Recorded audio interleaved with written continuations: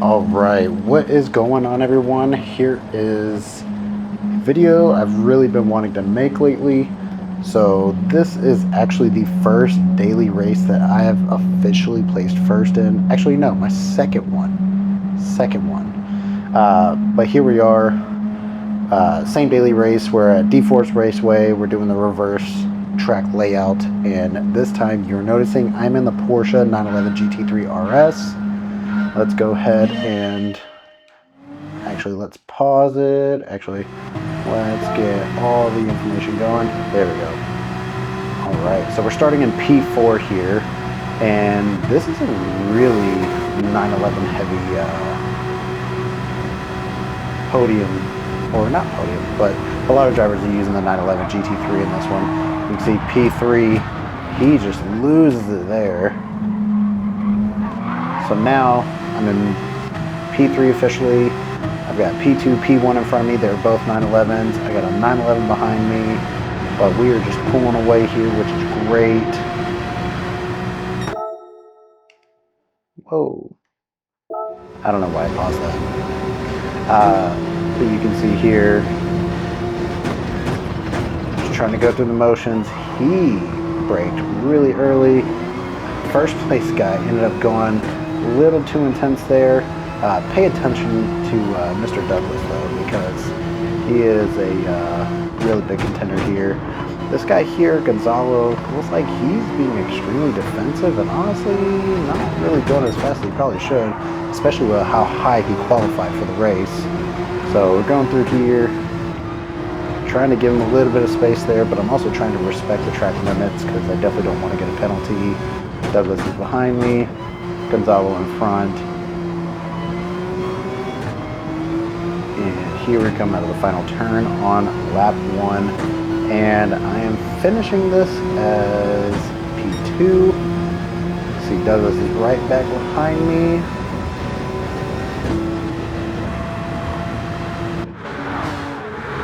Here we go. Alright, so lap 2. That portion of the track right there is incredibly difficult, especially with a hairpin right there. See, Douglas goes to the inside. Kept it a little wider, but I maintained some speed. And here we go. Gonzalo is getting some distance from me.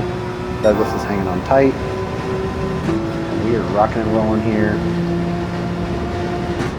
The 911 is such a dynamic car, so it's very different going from the M6 to this, because the M6 is front engined, where the 911 is rear mid-engined. You see Gonzalo there makes contact with the wall, gives me some time to come in, but he slows down quite a bit. Contact's made, and then you can see Douglas make contact with him as well. So just the art of racing right there, you know. But you see Douglas gets a 4-second penalty here, presumably for spinning Gonzalo, or is it Gonzalo, out. Arguably, it wasn't really his fault. He was just at the wrong place at the wrong time. So now we are in P1. So at this point, I'm not even going to lie, I'm fairly nervous just because I haven't been this far up in a race in a very long time, just because I don't do a lot of sport races. But I have been lately just because I want to get my rank up and I want to get my sportsmanship rating up. And now my sportsmanship rating is an S, which is top level. My rank is a B though, and I want to get to A+. You see Douglas there, he serves his penalty. So that gives me a lot more space for my lead. So, which is definitely what you want. So that way if you make any mistakes, or maybe if the second place guy is going faster than you, etc., you get some kind of a buffer there. So going through the turns, this turn, this little angled S-turn, slalom if you will, is easier to go through in the Porsche than it is the M6. I'm not sure why, maybe because the weight is in the rear of the car here. So now we've got a pretty good distance between me and Brandon, who's second place here. So we're officially just going through the motions here. Alright, so now we're on lap 9. So we're still on medium tires. I like to start this race on medium, and the reason being is by lap 9 or 10, the mediums still have around 40% life left in them, and so they're still grippy enough to where I can get a little bit more speed than what you can on fresh hard tires. So just keep that in mind. So when everybody's trying to go into the laps at around, not in the laps, in the pits around lap 6 or 7, it gives me 2 extra laps to pretty much get a little bit more time ahead of them if need be. Now, just make note, now that we skip to lap 9, you'll see Douglas is in P2 now, so he is very fast. You can see he's got the fastest lap of the actual race. So he is someone that I am actually keeping my eye on because he's also staying out. He hasn't pitted yet. So he might be following a similar strategy to me. And if so, well, we need to make sure we can stay in front. So he's not in view at all, pretty much, but he's definitely back there. He's in close enough distance to where if I make a mistake, he can definitely capitalize on it. So I was going to go into pits at lap 9 or the end of lap 9, but I decided to stay out. And this is where it gets interesting. So did Douglas. So now me and him, we're following the exact same strategy on tires. Again, in this race, you don't have to worry about fuel because the fuel usage isn't that bad, but we are both going for the gold here. And let me just tell you, the grip is definitely minimal here, especially going through that hairpin. You can see him back there.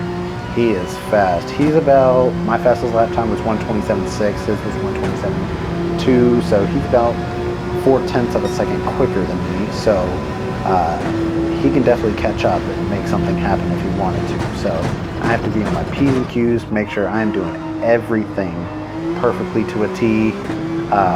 And at this point, with the limited traction on tires, or limited grip rather, I'm just mostly trying to maintain some average speed, but really not spin out or understeer or get into grass or any of that. I just really want to keep clean laps, but consistent laps.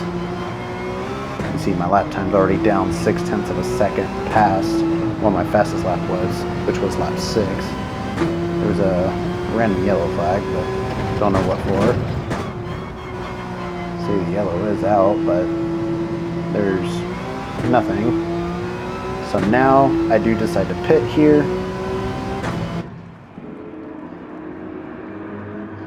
I don't choose to refuel, and now look, Douglas decides to pit. He's actually used a little bit more gas than I have, which is interesting because we're both in 911s. So just switching to the hard tires, he's doing the same.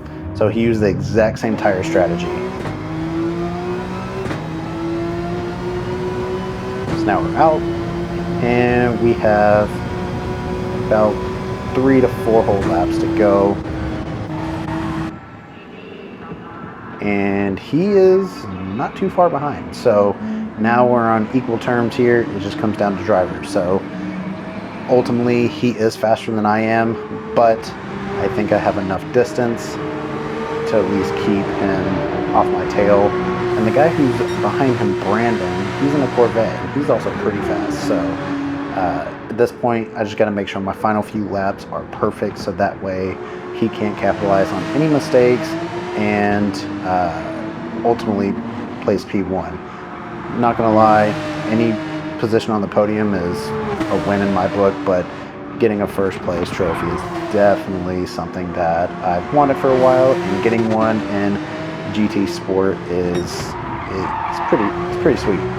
So going through the final curves here on lap 11, doing good, clean laps.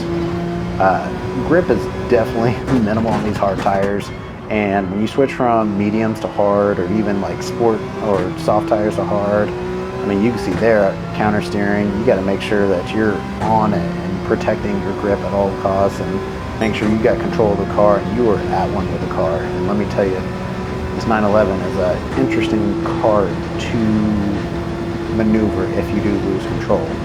So the back end won't get out as much, but you can definitely lose grip at the front. There we go, through the hairpin. rock and rolling. You see he is on my tail. So, and that Corvette's following super closely behind. We're doing clean laps here, which is great. This is actually a really cool look inside the car. See how everything looks here. See, my lap time there was actually, or my pace was actually not too far behind what it was on medium tires, which is actually pretty sweet. So we're doing pretty good as things sit. Through S's here. I don't even know if that would be considered a slalom.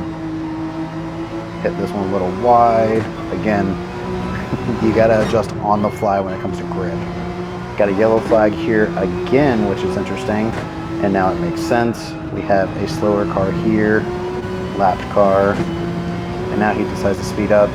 So whoever that is, the Rafael Minero, kudos to you for sportsmanship. A lot of people, especially in Gran Turismo, if they're just, you know, back of the pack, they don't care. They'll crash out the first place person. They'll do whatever, but he gave me space, let me pass, and got back into his groove. So here we go, lap 13. So you notice on the hard tires, I am slowing down right at that last turn before I get to this hairpin. All right, look at that. Douglas back there, and Brandon's back there, getting closer to Douglas. And at this point, look at that. Eggman the Hedgehog has the fastest lap of the race at 1:27.148. So it looks like timing is everything as far as this specific race was concerned. I'm very happy that I was able to get in P1 when I could. It's just one of those cases where I will fully admit that I was not the fastest one in this race, but maybe I had the most consistent lap times. You know, you can see on the right, they're somewhat consistent.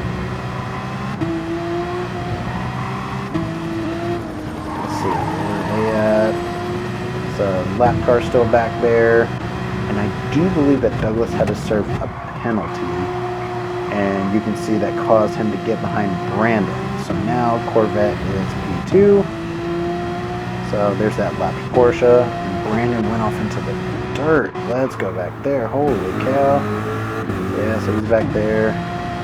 Here's Douglas. I like the livery. Wow, little Phanatech livery. That's pretty cool. Here I am here. This Oracle livery is definitely one of my favorites. I really do like it. So, final lap of the race.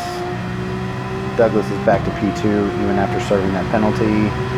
Brandon's back in P3, but he maintains P3 as of now. But based on the actual course map, you can see Eggman is definitely hot on his tail. So we are rocking and rolling.